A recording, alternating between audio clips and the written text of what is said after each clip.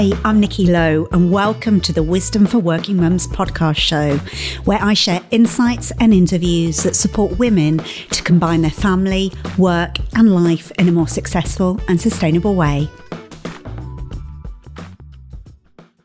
Welcome to this episode, and today we're talking about a subject that's a real passion area of mine. When I had my burnout experience, I really had to question whether I could continue to lead the life that I wanted to lead. I thought the only way to move forward and to recover was to step back. I knew I needed to do less, to rest and recover, to really recover from my burnout. But I also thought that this meant I'd have to accept having less impact in my life. I thought the two were mutually exclusive, that you couldn't have an impact in a sustainable way. But that's not the case. And that's what we're going to be talking about today with my guest, Katy Murray. Katy Murray is a leadership development coach, consultant and facilitator. She's coached thousands of leaders over 25 years and hosted workshops and conferences in 35 countries across the world. And today we're going to be exploring her new book, which is all about stepping up without burning out. And there's a growing movement that's kind of happening both individually and collectively. And I'm wondering if you can feel it. It's a sense that this isn't working anymore. Our working practices and cultures, they're not sustainable. They're not fair. And there's systemic oppression, injustice and social inequalities everywhere. We've seen it with the Me Too movement and the Black Lives Matters.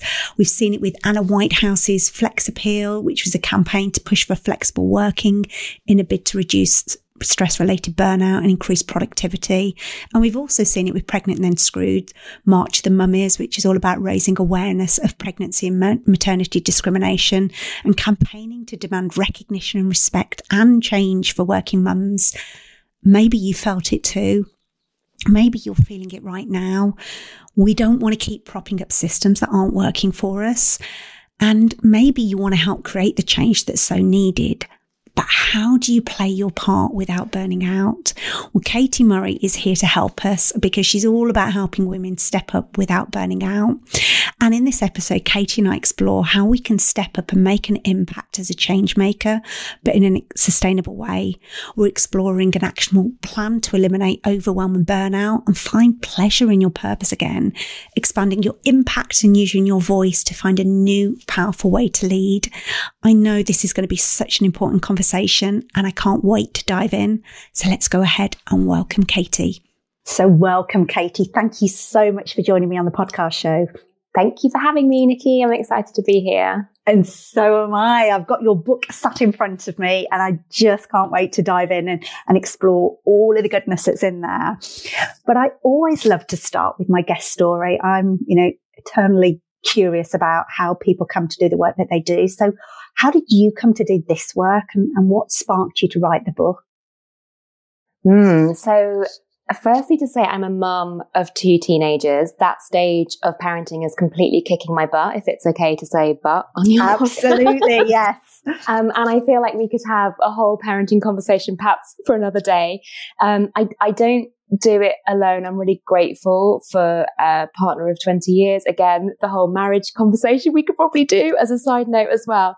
But I feel like those things are a really important context for what is to come in our conversation, because I think as working mums, we can do what we can do because of, perhaps despite of, the context that we're in, right? And the people that are supporting us around us. So I just wanted to give a little bit of that story as part of the context for me. I'm someone who sees connections between things and I join things up for people. I'd say that's a strength of mine. And I've been resourcing people and particularly resourcing leaders really all of my life. So a sweet spot for me is holding space, being in a room with, whether that's virtual now or in person, with women who are growing and expanding, whether that's one-to-one or in groups. I just absolutely love, I just absolutely love that work.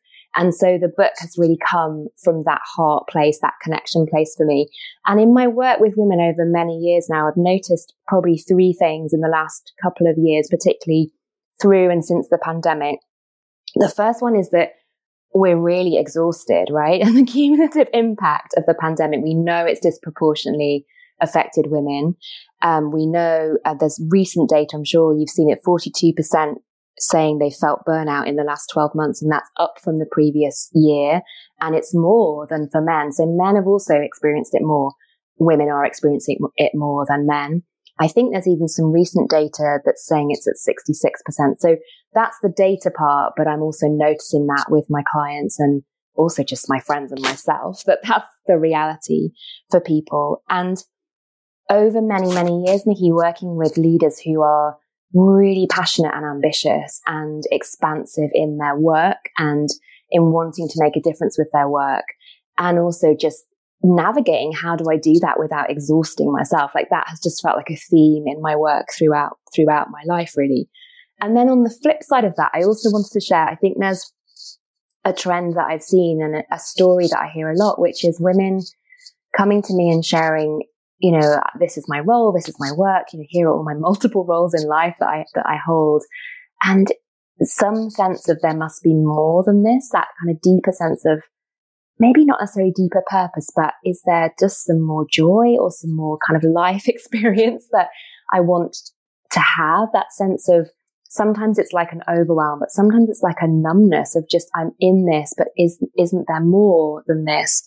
And I'm just noticing that as well. And so I love to enable women to really connect with who they are and their desires and what gives us joy and what gives us pleasure. And so that's really a theme in my work, the kind of resilience and well-being piece, but also that piece around joy and kind of substance to our lives as well.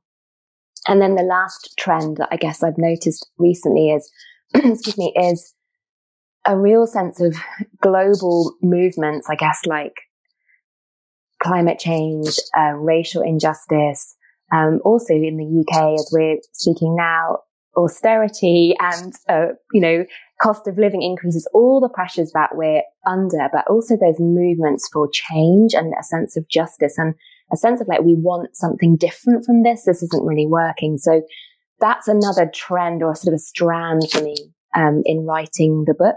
So I wanted to pour all of that into something that would be like a manual for people, not in a, this is how to do it, because I don't really think there's an A to Z formula to life, and work, but some kind of guidance and some kind of toolkit that people could dip in and out of, like having me as your coach, present with you. And that's that's the energy that I was pouring into the book.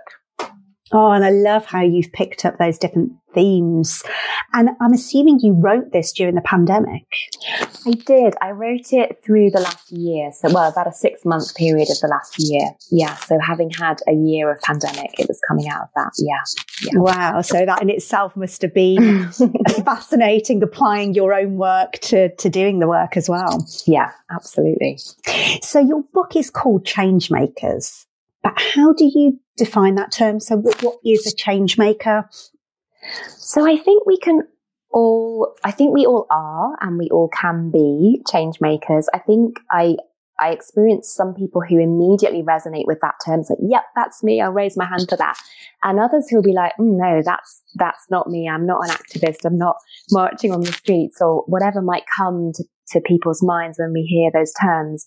But for me, a change maker is someone who perhaps sees that things are not working great and could be better, and really wants to be part of that. So rather than just staying quiet, maybe just colluding, or even just being a bit passive in that, it's actually saying, no, I want to raise my voice and make a difference here. And my voice might seem quite quiet and I might feel quite small in that process, but actually how can I perhaps find others, or how can I just find my own agency, whatever the situation is. So that could be in people's communities, local neighborhoods. It could be in the workplace, of course. And it could be being involved, I guess, in national and international pieces as well. So I think it can go at all those different levels. And there's not pressure to do all of those things, but there's that invitation to say, well, what's my contribution? And it's my belief that we all have a unique set of gifts and skills and talents, perspectives, life experiences, and that's purposeful. That gives us meaning and a sense of connection with the world around us. So being a change maker is about finding that space for each of us. Yeah, I love that. And you use this brilliant analogy in the beginning of the book. And when I read it, it just struck me at quite a visceral level. I was like, oh, what a powerful analogy. And it's this analogy of the wall. And you kind of ask us the question if we're standing at the wall yet and if we found our place. Would you mind sharing that with my listeners so that they can get an insight into that analogy, please? Yeah, sure. So this is based on some work by a brilliant feminist writer called Kelly Deals, and also just want to acknowledge Stephanie Nixon's work, and also Kimberly Crenshaw, Patricia Hill Collins. So lots of the feminist writers that I've spent time studying and working with and understanding has really helped me understand this too for myself. And it's this idea that we can think about the systems of oppression, and that's quite heavy language, isn't it? But we can think about things like patriarchy, we can think about ableism, white supremacy, capitalism, all these things that are set up in our society that we're conditioned that that's just the way things are. We can think about each of those things is like a brick in this wall, and this wall has been created and it's solid and it's massive and it can feel really overwhelming and big at times. And what I've understood, which I love, is we can have this idea of we can all stand at this wall and we can choose how we feel about the wall when we look at it. We could take a little pickaxe and start to chip away at our part of the wall. And Nikki, if I'm chipping away at my part of the wall, it can feel like, oh my goodness, I'm just, stepping up each day and trying to do this every day. And it's hard work. When I look across and I see you chipping at your part of the wall in the work that you're doing, and when I look at my other sisters and colleagues and men too who are part of that, who are chipping away at their part of the wall, we can be encouraged, first of all, that we're not alone and it's not just us doing this work. But also we can see that this wall over time, and with all of us standing at it, chipping away at our little part, the wall is going to come down. And I've actually got goosebumps just saying that. It's really powerful, isn't it? Because it's that belief that we actually can do something about these, I want to say, forces that can feel very impenetrable or very powerful at times, that this analogy is really giving me a way to understand we can actually be engaged with and do something about it. And also it gives me a place of hopefulness that this work is purposeful and will make a difference over time. We don't always see the difference that we're making straight away, but we know that we are contributing. Another piece that I love from this, which I also talk about further on in the book, is that sense of collaboration. And I don't need to compete with you, Nikki. There is enough work for us all to be involved in. And there actually is an abundance of resources available to us in the universe, if you like. So I don't need to be guarding my place. I can be celebrating of your place at the wall and enjoy my place too. So there's that. I also love that idea of we're all in this together. We're not competing with one another, albeit society will constantly be telling us that that is what we should be doing. Yes. And I love that, as you say, you can be standing in front of the wall and it just seems so huge and impenetrable. And, almost there can be that sense of hopelessness of what's the point. But actually, if you just pick your brick and you focus on that, but as you say, you have the hopefulness of, everybody is focused on their brick, and collectively and collaboratively, what's the impact we can have? Yes. And I know you talked recently about bias in the workplace, and particularly the motherhood bias, motherhood penalty that women experience. And just using that as an example, again, it's so helpful and useful that we understand that we look at the data, that we get that that's part of the wall. If you like to go back to that analogy again, it's really important that we see it and we notice it. And then it's saying, okay, I could just be like, oh my goodness, this is so huge, but let me pick one thing that I can do here. So what's one conversation that I want to start with another woman in my workplace? Or what's one conversation I want to start with my boss or my director or whoever?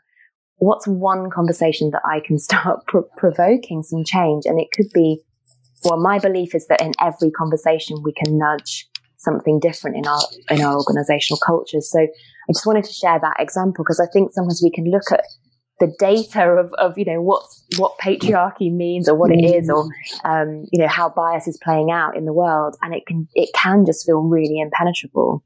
Yeah, and I think in my own journey, because you've been doing this work in terms of injustice and fairness for it seems quite a significant amount of time, and in kind of comparison, I feel that I've only in a very short amount of time even discovered that there was the wall. And then I'm like, oh, there's the wall. And yeah. And so I didn't, I probably felt it, but didn't have the language, or somehow thought, oh, it's just because I'm not good enough, or I'm not doing enough, or, it was that type of, narrative. And then it's like, oh no, there is this wall, and then finding my place, and then finding my pickaxe and where I'm going to start so for anybody listening, they may be relatively new to the wall as well. So I just kind of wanted to say that, because I know that you and all of the people that you reference so brilliantly in the book have been doing this work for a long time. And I was like, okay, I'm kind of fairly new to this wall party. I love that so much. And it's so, I want to say everyone's welcome. It's like, that's the point, isn't it? Like, let's see this for what it is. Let's see the sea that we're swimming in. Let's know the air that we're breathing. And also because we are so socialized. So let me talk about white supremacy. Let's just go there. So as a white woman, in my 40s, and I've worked internationally for many years. I've worked, globally, blah, blah, blah, all of whatever. It was only maybe, I think it was about 8 or 9 years ago, that a very generous mentor of mine said to me, Katy, you need to start thinking and examining your own whiteness. And I was like, what? Literally, that was my reaction. And I then went on this journey similar to what you've described, of like, oh my goodness, I didn't even actually realize it was part of my privilege that I didn't even have to notice or realize, and part of my kind of comfort zone of I didn't even have to see that this is what the structures of society have, how they've been set up.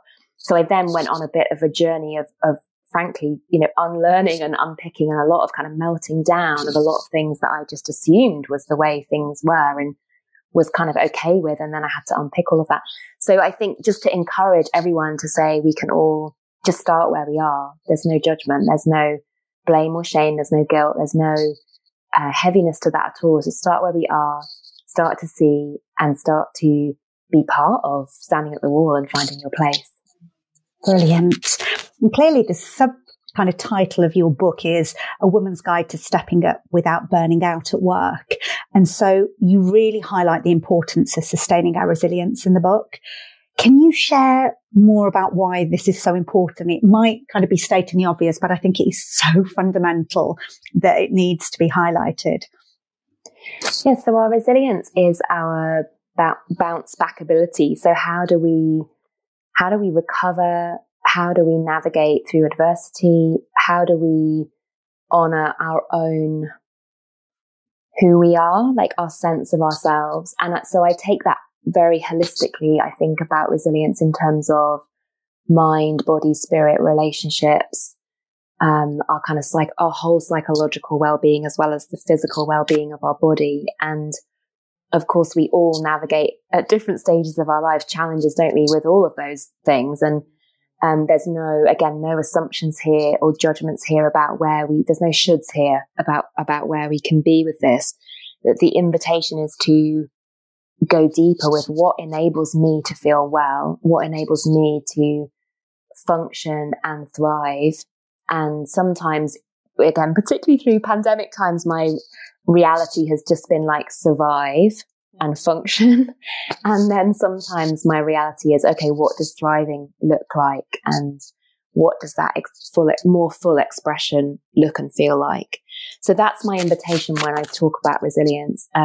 Again, it's not in any way to overlook or discard or diminish the challenges that we experience. It's really looking at those with clear-sightedness and saying, how can I resource myself? And, what do I need around me? What do I need in my relationships? What support do I need around me to be able to sustain? And so often as women, of course, as we all know, we are sustaining ourselves. We're also holding up, half the sky is that expression, isn't it? But we're holding up so often so many others. And we also have so many expectations on ourselves about what that even means. And so there's that challenge around, how do I focus on this for myself before I necessarily have expectations on myself that I will sustain everybody else around me, which is, of course, again, socially how we're trained to be. Yeah. And that's such an important narrative, I think, in this. And you may not know my journey, Katy, but I ended up burning out. Gosh, how many years ago would it be now? 8 years ago, and literally kind of burnt my adrenal system out. And so what I was faced with was kind of that black and white thinking of, I want to make a difference in the world, but I can't do it in a way that's sustainable. So I just won't be able to make the difference. I'll have to choose my health and surviving. And it was kind of that all or nothing mentality. And what I love what you're doing with this book is, how can you make the impact that you want to, whether it be in your family, in your neighborhood, in your community, or on or on a kind of more kind of global stage, whilst also doing it in a sustainable way. And so your book really addresses that. And I think that's so important, because for a lot of women, I know they've had a similar experience to me, where it feels like, well, I can't do it in a sustainable way, which means I can't do it. And there's a different truth in there. Thank you so much for sharing that. I'm sorry that you experienced that. It's incredibly common, isn't it? And I think what I want to say in part of a response anyway, is there is inner work we can do. And you referenced that, and there is like recovery, and how do I heal? And what do I need so that I don't experience that again? And I know you've been doing that work to support yourself around that. And how do I guess, avoid that again? So partly in the book, I'm looking at what goes on in our inner dialogue, what goes on in terms of our own resourcefulness. So it is that inner work.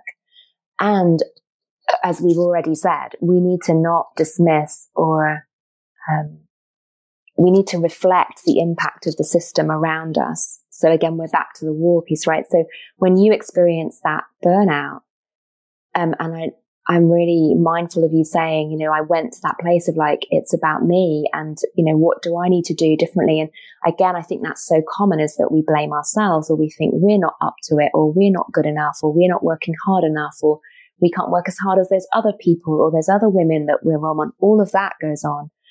And actually the systemic piece is about what's going on in the workplace, and also the wider society around what productivity means, what it means to be like a good worker in the system, and those expectations of what work should be. And that's happening, in small scale levels, at team level. It's happening at kind of department and organizational level. It's happening at societal level. And the pressures now we've already mentioned the societal pressures around austerity and price increases. All of that is systemic, isn't it? And all of that contributes to women's experience of burnout, of pressure, and over time burnout. And I love that, because because your book reflects on both, doesn't it? That inner and outer work, as you say, the kind of personal awareness, but the systemic awareness, and how you use those to make an impact in a sustainable way. And I know in your book you share so many brilliant power practices. Can you talk a little bit more about what these are, and actually share some that my listeners might be able to kind of relate to and perhaps put into practice themselves? Yeah, I'd love to. So power practices are my name for small things we can do every day that make a difference. I was like, I can't go on retreat every month, and I can't, I mean, there's a bit of calmness in all of that, but I wanted some things that were just really simple, really easy to slot into my day. And I've gleaned these and worked these from many years of looking at productivity, writing and thinking, at sort of executive coaching and leadership coaching, also at spiritual practices and well-being practices. So these are just my weaving together of some of those different practices. So lots of them will be familiar for your listeners and for my readers.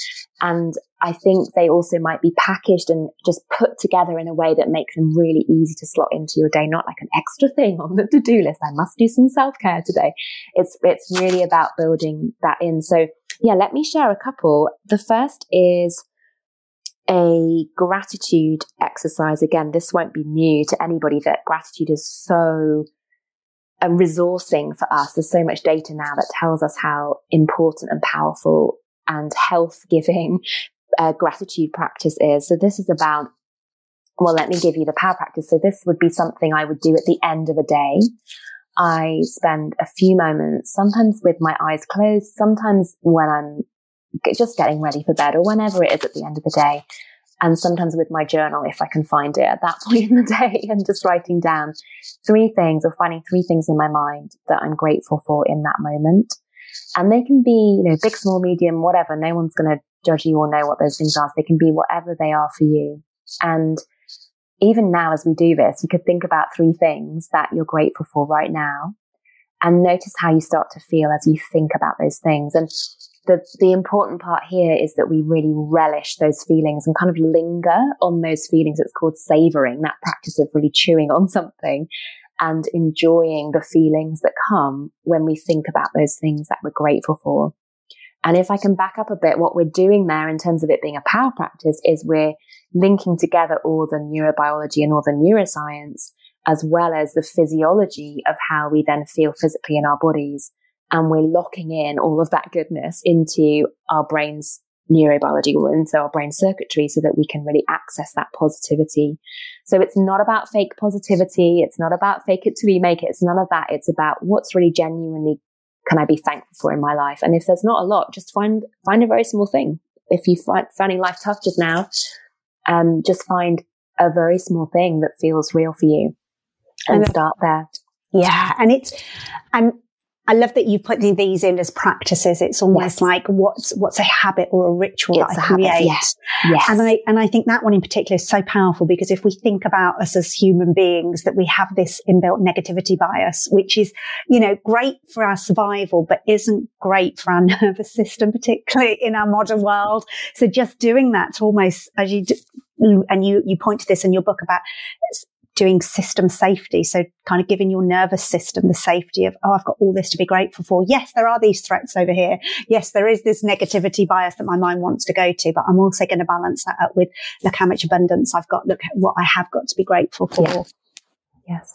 And by doing that, so on my site, there are some bonuses where I've actually recorded an audio, and people can, if it's helpful to have that process guided through. I actually quite like hearing someone else lead me through that process. So you can read it and kind of do it yourself from the book, or you can use the audio to guide you through. And it also, I take it slowly, right? So it just takes a few minutes, but you take it slowly enough that, as you've said, your breathing is slowing down and you're deepening your breath, and you're actually accessing your body's relaxation response, which in itself is incredibly health-giving and life-giving for us. So there are all these multiple layers going on with that practice, even though it's super simple. And I will put a link, and we'll reference this at the end, I'm sure as well, that you, to your Changemaker kind of resources and where people can find more information. So I will put the link in there. So if people want to find that, they can access it. So are there any other power practices that would be useful to touch on at this point? Let's do one which is, for me, a morning practice. So this is about setting intentions for the day ahead. And again, as you said, it's a way also to just go into that calming space at the beginning of the day. I like to say, just fit this in and make it work for you. So again, it depends on when you wake up and who you're waking up with and who else is in your home and how you balance all the things. Find a time when you can spend just a few moments by yourself doing this. If it's, on the loo or in the shower, or when you're making your hot drink, or you drop kids off, or you're on your way to work, or however your morning starts, make it work for you. Again, you can journal this. You can think about it in your mind, however you want to do this practice. And there are 3 questions. The first one is, how do I want to feel today? So that's about emotion. Do I want to feel joy? Do I want to feel love? Do I want to feel excited? Do I want to feel calm? All of the things. Second question, what do I want to, I'll say that one again. Second question, how do I want to be today? So that's about, how do I want to show up? That's about the doing and behaving with other people. So that could be with your kids, with your team, with your partner, with your clients, your colleagues. And so it could be, do I want to be kind? Do I want to be patient? Do I want to be clear and engaging? Do I want to be energized? What's the kind of the way I want to show up with my people? And then third question is, what's one thing that I want to progress today? And that's not about, here's my massive to-do list, because we can all win prizes around that, right? That's about what's a small thing that's really actually important to me to create more of the life I want. And is there a small thing I can do today that will take me towards that bigger goal? What I've noticed with women I coach is the big things we want in our lives can feel, again, a bit insurmountable and really hard to break down. And so they're actually hard to move towards. They can feel a bit too big almost. So this is a way of making that incredibly tangible, practical. So it might just be, well, I'm going to look up that person on LinkedIn and then I'm going to send them a message. That could be it. That's your one thing. Or it could be, I'm going to send that email, or I'm going to ask for a conversation that feels tricky. Whatever that one thing is, you're committing to that in your intention setting. So those three questions: how do I want to feel? How do I want to be today? One thing I want to progress. And they just allow your mind to, again, it's called priming. So you're priming your brain to spot those opportunities to enable you to be more of who you want to be and feel more of how you want to feel, and progress the things that are most important to you. And then, of course, at the end of the day, you can reflect on that, and you can use your gratitude practice to reflect on what you set yourself up for the morning. Nikki, I often find that I am way off, regularly through the day from my intentions, particularly the one around how I want to be, that I want to be patient, but I'm actually not very patient regularly. So it's not about beating myself up and going, oh, I failed. It's about, okay, noticing that moment and then coming back on track. I want to be patient. I choose to be patient, and then going back into the conversation. So the intentions also really help me to be on track a little bit more through the day.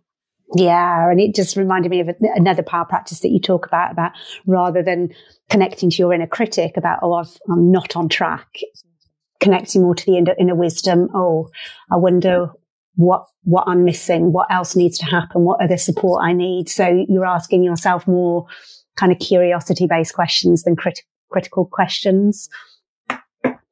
Oh, and your book is jam-packed with lots of power practices, but there's so much more that I want to cover as well. So I also, in your book, you have this great image of intersectionality, and you talk about our identities as leaders, whether somebody kind of relates to being a leader or not, but actually we are a leader in our own life. Can you share what you mean by this, about how we become aware of our own intersectionality?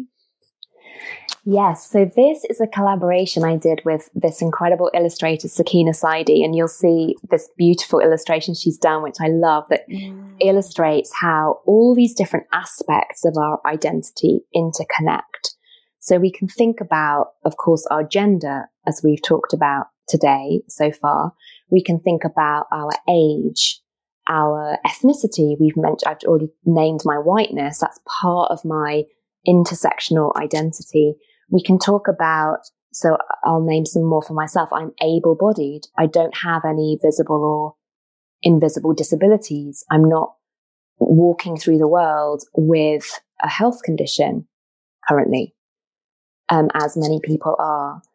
I've already mentioned I'm in my 40s, so there's my age. I've shared with you my ethnicity. I've shared with you my gender. I can share with you that I'm cisgendered, which means that I'm comfortable with the gender I was assigned at birth. I can share with you that I've shared with you already, I'm in a heterosexual relationship in my 20 years of marriage to this man. So there are aspects of my identity I've shared with you in this conversation, which are unique to me, and kind of some of which can change over, aging, of course, changes over time, and other aspects of our identity can change over time. Other aspects are fixed, and they are what they are. Other aspects we can explore and shift over time. And then what this idea and model of intersectionality, and again, this is not my work, this is Kimberly Crenshaw's work. Again, Patricia Hill Collins writes brilliantly around this, and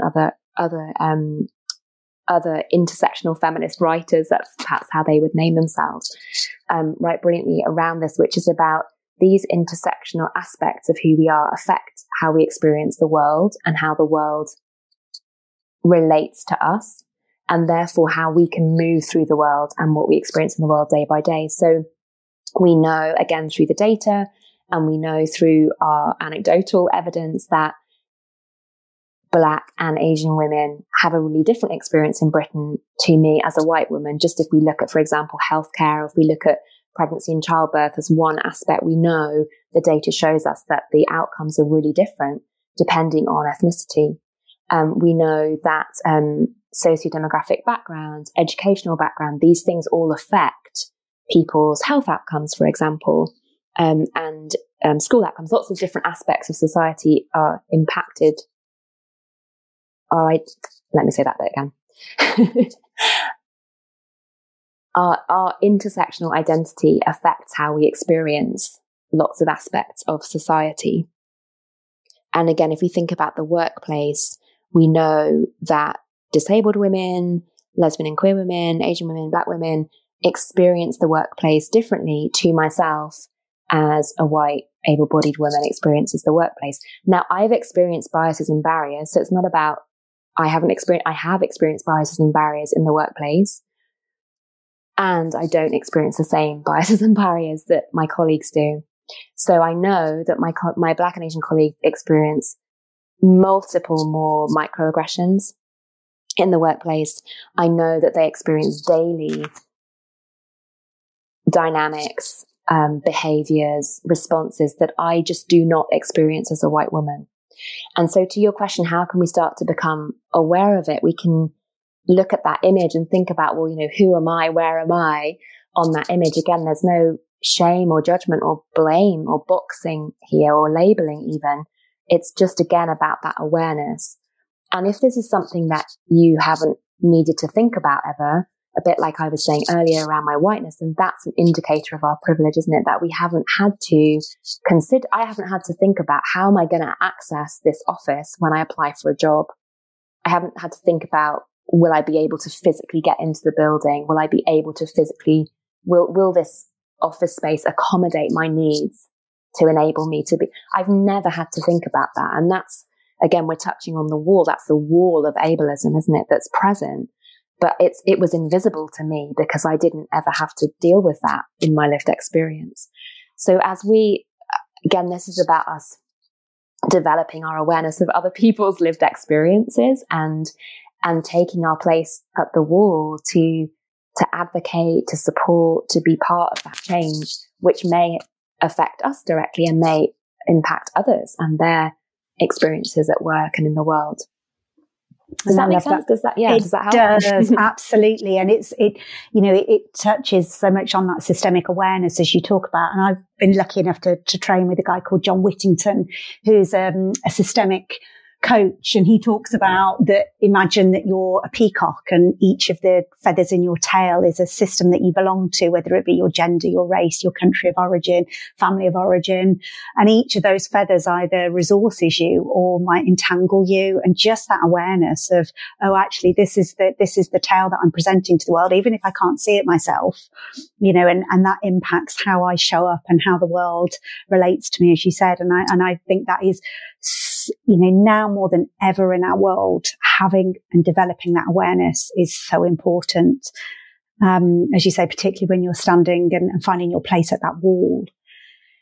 In your book, you then go on to talk about our relationship with time. And this is something that I am so curious about. I often talk about the most difficult relationship I have in my life is my relationship with time. And you talk about shifting our concept of time. Can you share a bit more about this? What do you mean by that, and what might be useful for people to hear? Nikki, the coach part of me now wants to ask you, what is the relationship with time that you'd love to have? If you could conceptualize your relationship with time and put some language around that, what would you love it to be? For me, there is being more present in the actual moment and being, you talked earlier about savoring and being able to savor the moment rather than feel that there can be an unhelpful narrative that I'm very aware of, but can often find myself unconsciously hooked into it. There's never enough time, or I'm battling time, or, I'm running out of time. It's those kind of unconscious messages that can find their way into my daily life. If not, I'm not really aware. So I can then almost become entrained with racing against the clock. My adrenal system speeds up. And so I consciously have to kind of just slow it down, because actually when I slow down, time slows down, and I can feel the time, and embody it. So it's that being more present, embodying it, savoring it, rather than fighting against it. Mm. Oh, that's so beautiful. It's so juicy. And I love what came to me as you were talking is the flip statements of, I have enough time. I have all the time that I need. I have enough time today to do everything that needs to be done. Like those kinds of statements, as opposed to I'm running out, and that kind of scarcity language. And I use a lot of affirmations where we put, what would that abundance, if we believed in that abundance of time and space? I'm going to say that bit again. Because I was about to get very metaphysical there. So I use affirmations which enable us to shift some of those beliefs. I love that you notice all of those things that are running in our dialogue, and they're so common, aren't they? Like, oh, I've got to, race through my day. It can give us that real sense of having to race and run and compete. Again, there's that element of sort of competition coming in. And those statements around, I have enough time, I have all the time that I need to get everything that needs to get done today. Those kinds of statements can really help to just start shifting that sense of how time flows. And I think, just to build on what you've said, I love that idea of present. And so if we can think about, this is a little bit metaphysical, and it's a little bit of a strange one that I found to get my head around, but I think we so often think about time as linear. So we're moving from A to B, and we're often kind of rushing and racing from A to B. And we have a sense of sort of the direction of travel of our day or our hour or our week, maybe. If we think about that, then we've actually got expectations of the future, and our thoughts can be very future focused. We often also carry thoughts about the past. We often we do carry legacy of the past. We carry trauma. We carry, impacts of the past in our bodies. So we have a sense of the past in our being, if you like, in our concept of time. But actually, the reality is we only have this actual moment in terms of actually living and being alive. And you named that for us, that sense of being really present and relishing and being in it. And I feel like it feels virtually impossible unless you're sort of a yogi guru on a mountain somewhere to be in that space all the time. So for me, it's about, can I just find a little bit more of that kind of relationship with time, where I'm in the now, knowing that this is actually the only moment I have. I have the past in my brain and my body, and I have the future in my thoughts too. But in terms of actually living, it's now.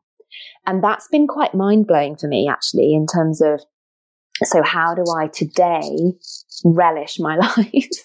And how do I today enjoy the moments? And how do I today, even when I'm navigating uncertainty and difficulty and teenagers and perimenopause and yada yada, all the things, how do I today really live abundantly? And even if I'm doing things I don't particularly enjoy, or there's like slog work to do, even that language is unhelpful, right? If I'm naming it slog work, but how do I find ways? I talk a lot about finding flow. Again, it's not my work. There's lots of people have done so many studies around the state of flow. And when we experience that absorption, so you and I probably are experiencing that now. We're really kind of in this conversation. It's so enjoyable.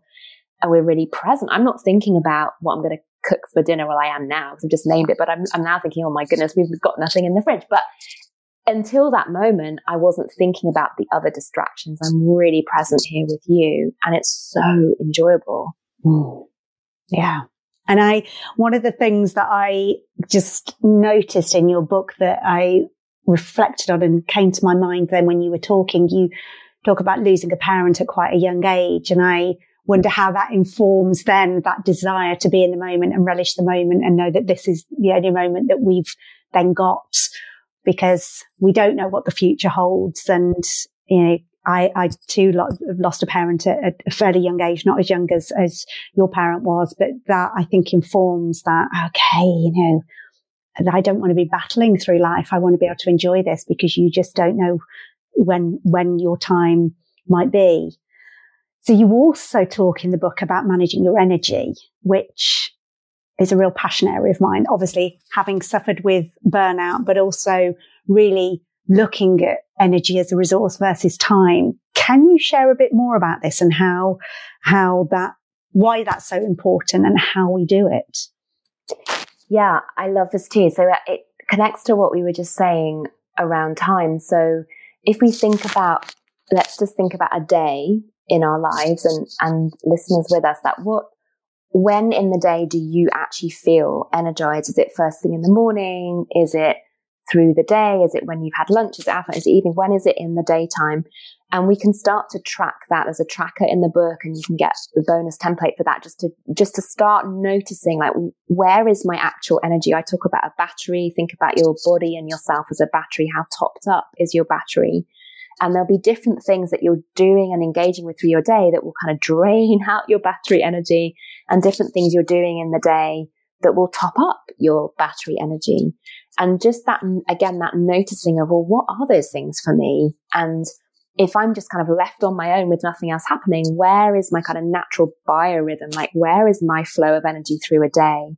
So for me, it's early in the morning, first thing in the day, and my energy kind of naturally drains through the day. And I can find ways that, knowing that about myself, I can think about how I structure my time and what I'm actually scheduling in my day and when I schedule particular things. And not all of us have, of course, huge flexibility around that depending on your workplace, but you probably have more flexibility than you think you do to start making some shifts with that. So where do you have your kind of people energy? Where do you have your, I want to be alone with my own thoughts kind of energy? And where do you need to be topped up in your battery? And therefore, what will you do through the day to top yourself up? And we know all of this, right? This is not about we don't know this information. It's about the gap between knowing and doing it. So I know that I can top my battery energy up if I exercise. I know that music massively impacts my mood and my kind of psychological state, and my energy battery can really top up with music. I know that at times, chatting with a friend will really energize me. I know that at times I need to be on my own and probably just be quiet with myself. Like, there are different things, and we'll all have our own versions of that. And so what am I doing intentionally throughout the day to top up my energy and kind of manage my own energy? I think we can get quite passive around this. I know in myself, I have in the past, and working with clients on this, that we can blame other people, or we can blame the workplace that we're in or the culture that we're part of for draining us. And it's good that we notice the things that drain us. And the challenge here is, how do we get back into that powerful place of, well, what am I going to do to protect my energy? Actually, if there are particular things you start noticing are very draining for you, how can you protect yourself? Maybe have some different boundaries there. And then how can you top that up and be really intentional and choice filled around that? Oh, and I think that's so important, as you say, be choice filled, because I can make unconscious decisions. And I don't know if they're completely unconscious. That's probably not fair, but they're not the right choices sometimes. So for example, if my energy is low, I think, I'll have a cup of coffee, and I'm looking for fake energy. And it might be then I want sugar because after the coffee, and I'm on that kind of fake energy roller coaster, and I have to be really, really careful not to get on that roller coaster, because it takes me a place that's just not helpful, and I end up really struggling with my energy. And as you say about, actually, I know that movement's going to really help me get outside, get some fresh air and walk, even though my desk is calling to me like a magnet. And, so is that the choice instead of the coffee? Is like, okay, I'm going to do a 10-minute walk rather than down a cup of coffee and then back to the desk. Okay. Yeah, good spot. So I love that you use that word choiceful about actually being aware of and making choices that empower you around your energy. And may I just make the connection though with what we've said already today with this conversation, this part of our conversation around time and energy, that again, these are things that we And I really want to encourage us that we absolutely can do so much with this for ourselves. I really think we can do so much here. And also this whole realm of time and energy is connected into patriarchy and capitalism and what we all feel we should be doing as workers, as women, as mothers, and that pressure, the expectations, the toxic productivity that we exist within, within the entrepreneurship space, even within the wellness and resilience space, it's prevalent, which is, women consume something to feel better. So that's the capitalist piece. Or women do this to recover so that you can go back to being productive. And there's so much in that to unpick for me around what am I even understanding about my energy and my work and my kind of contribution, if you can say it in that way. So it's so ingrained, isn't it? All of that is so ingrained. So part of what I'm exploring through this book is how can we value our own well-being for myself? Like, how can I do that for me? And perhaps back to that point about, when we lose people we love, there's that perspective shift, isn't there? And lots of other life events can give that to us as well. What's going on in Ukraine at the moment? There's so much that we can notice and just think, oh my goodness, actually what's really important? Let me do some sort of dismantling and some disconnecting from these drivers that society has I've been socialized into. Yeah. And I think that is so crucial, isn't it? Holding those two, the personal awareness and that systemic awareness, and how do these interplay in my life, and tolerating the discomfort about stepping outside of the system poles and finding the choices to do what's going to support you on that personal level. And may I say one last thing about time and energy, which references Kate Northrup's brilliant work around cyclical and seasonal energy and time. So again, this has been really revelatory for me. Again, that time is not linear. We're not thinking about everything being left to right, A to B, but actually thinking more in cycles and seasons. So am I in winter just now? Am I in spring? Am I in summer? Am I in autumn? We can track that with our menstrual cycles if we bleed. We can track that with the moon if you're into that. You can track that with any project that you're involved in at work. You can track that across a week, for example. So every project that you're involved in needs a time of initial creation and initiation, like spring. It needs a time of flourishing and fruitfulness, like summer. It needs a time of detail and culmination, kind of pulling it all together, like autumn. And it needs a time of rest and recuperation, recovery, evaluation, like winter. And we as humans need that. And we as women need that. So for me, thinking cyclically about my energy, and in the book, I give you ways to sort of map that and start to map that for your various projects and parts of your world. That has been genuinely revolutionary for me and really transformational for clients that I'm working with. So that's helped as well with this relearning around time and energy and productivity. Love that. And it has done for me as well. And I know we share kind of a passion for that. And I really encourage people to get this book, because there are so many nuggets like that you dive into, that collectively, when you pull up on these pieces of wisdom and practices, can make such a difference. And there's just two kind of final questions that I've got, which are, they're just two questions, but they're huge questions. So let's see how we get on with them. So clearly part of the premise of the book is about being a change maker and about being clear on the contribution you want to make. But I know from my experience with women, I'm assuming that you may have similar kind of conversations. A lot of women know that they want to make a contribution, but they're not actually sure what that is yet. So how would somebody get clear on discovering what their contribution is? What an absolutely wonderful question. It's like the best question. when someone wants to have that conversation with me, I'm so happy. So I would first say, start where you are. There's full grace to just be where you are.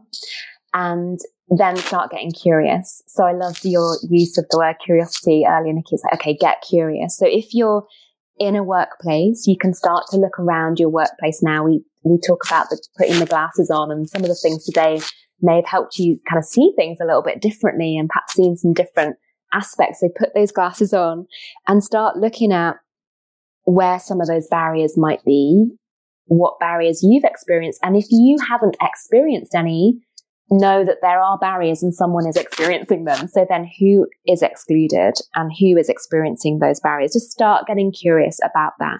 Your company will have data. Your company will have gender pay gap data, for example. You can ask your company if they have ethnicity pay gap data. You can ask about flexible working for working parents. You can start to ask these questions and you can start to have the conversations. And just by doing that, you will be creating little ripples on the surface of the lake and to see where that leads. The other piece that I would say, of course, you can do a similar thing in your community. You can look around your community and think about who's excluded, who's struggling because there's a barrier in some area. You can kind of have those similar kinds of questions to explore. I know that the spotlight at the moment is on refugees and asylum seekers. So you can start asking, well, what access is there in my community? How are we supporting people who are struggling in that way or experiencing that kind of life situation? So you can start to put on those glasses and ask those questions. And in the book, there's an exercise I lead you through where you also go inwards with this. So that's the sort of outwards noticing and curiosity. You can go inwards with this around getting to know yourself and things you already know about yourself, around the things that make you angry, the things that get you going in terms of your curiosity. You're kind of, you want to find out more. You're excited about something, the things that you absolutely love and that give you joy, and the things that you know you're really good at. So those are all clues. Actually, even your jealousy, like all these different emotions, and experiences can give us so much data and clues as to who we are and also what our contribution can be.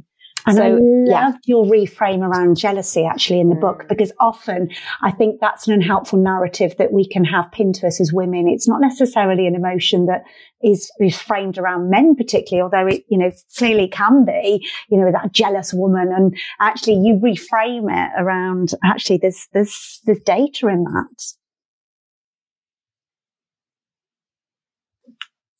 There's real data around actually what is that telling me? What's it signposting for me? And you talk about tapping into your desires and your joy and using that emotional data, which I think is all amazing. So once somebody's got clear on their contribution, finally, how do we make that happen without burning out then, which is the other side of this coin of the premise of your book? Yeah, big question. And we're doing some detox here, aren't we? We're detoxing from our societal conditioning. And that takes some work. And I don't mean that in a kind of heavy slog work way. I mean intentional, focused thinking and feeling and body engagement kind of way. So the book leads you through a way to do that. And I would also encourage you to find support and find spaces where you can gather with other women for that kind of support and accountability. And that's about, being at the wall with your pickaxe and chipping away, but looking around and seeing that others are also doing their part. And for me, that's what enables the sustainability and the hopefulness and the continuing of the work. And then I also think there's the seasonal piece that we've just talked about is really important, because rest and recuperation and healing and recovery and finding the things that will support us is so much a part of progressing, rather than the kind of push on, push on, push through energy. It's very much more about, oh no, I've stepped up today and now I'm going to rest and step down for a bit and have some of that kind of healing and recovery and recuperation time, have some play, even have some fun as part of that joy and pleasure piece. Those things are so restorative for us. So we're finding our contribution. And by the way, I'm not sure that we find it and then it's done. I think that's always an exploring, experimenting, and it's emerging for us all through our lives, which is the joy of it. And we're also centering our own sustainability as we do that. So it's a both and, I think. Oh, I love that. And I think what that made me kind of think and feel as you were talking is that piece about actually being in your feminine energy rather than trying to do it in a masculine energy, and how you can go from kind of pushing, but then recovering and recuperating and finding the joy, and then as and when you're ready to then move forward again. And that is music to my ears as somebody that has to keep, as you say, exploring and experimenting with that and unhooking from kind of the other messages that I may have had over my life. So, there's so much that we've covered here. And I just want to thank you so much for writing this book in the first place and then giving us the pleasure of sharing it on the podcast. It's been an absolute pleasure. Thank you so much. What a great conversation. So I'm sure people are going to want to find out more about you and your book, Katy. So where would you kind of signpost them to? And I'll drop all of these into the show notes so people can find them there. Yes, so multiple places to buy the book. Everywhere books are sold. Please do then connect with me via my site, katycatalyst.com. You can find me Katy Catalyst on Instagram, Katy Murray on LinkedIn. You can get in touch about joining my next Changemakers program, and I'd love to connect. Amazing. And I'll drop those all in the show notes. And I know that people are going to get so much from this. So thank you and good luck with the book launch. I know you've got a busy time coming up sharing this with the world. Thank you so much for having me. Really appreciate it. If you've enjoyed this episode of Wisdom for Working Mums, please share it on social media and with your friends and family. I'd love to connect with you too. So if you head over to wisdomforworkingmums.co.uk, you'll find a link on how to do this. And if you love the show and really want to support it, please go to iTunes, write a review and subscribe. You'll be helping another working mum find this resource too. Thanks so much for listening.